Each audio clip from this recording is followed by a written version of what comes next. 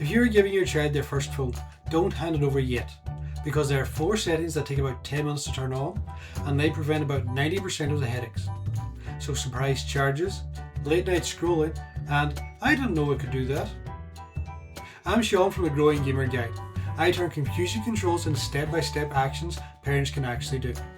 And I'll keep this simple: iPhone and Android, no techie jargon. First, make sure it's a child account linked to you. Because if your child is using a normal adult account, your parental controls are basically suggestions. On iPhone, use Family Sharing and make or use your child's Apple ID. Then manage it from your phone. For Android, use Google Family Link and set the phone up under your child's Google account managed by you. If you do nothing else, do this. It's the foundation everything else sits on. Second, stop surprise spending.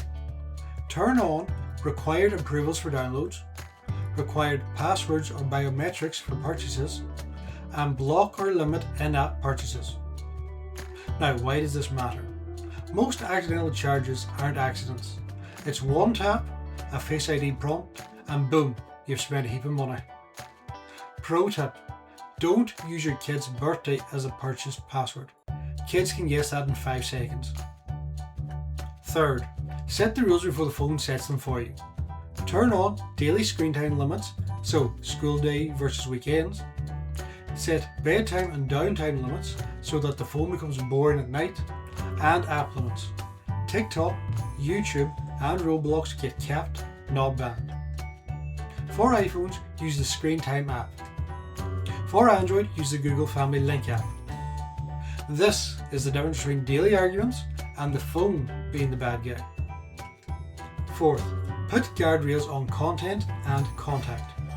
Turn on content filters, so age restrictions for apps and explicit content limits. And turn on web filtering and safe search, and have communication rules, so at a minimum, only people you know in real life. Here's another feature that is optional but very strong: location sharing. Not to spy, but for safety, if the phone is lost or you ever need to find them fast. Now this is a very important step. Tell your children you're doing this. This isn't spying, it's training wheels. Now for some mistakes parents can make when setting up the phone.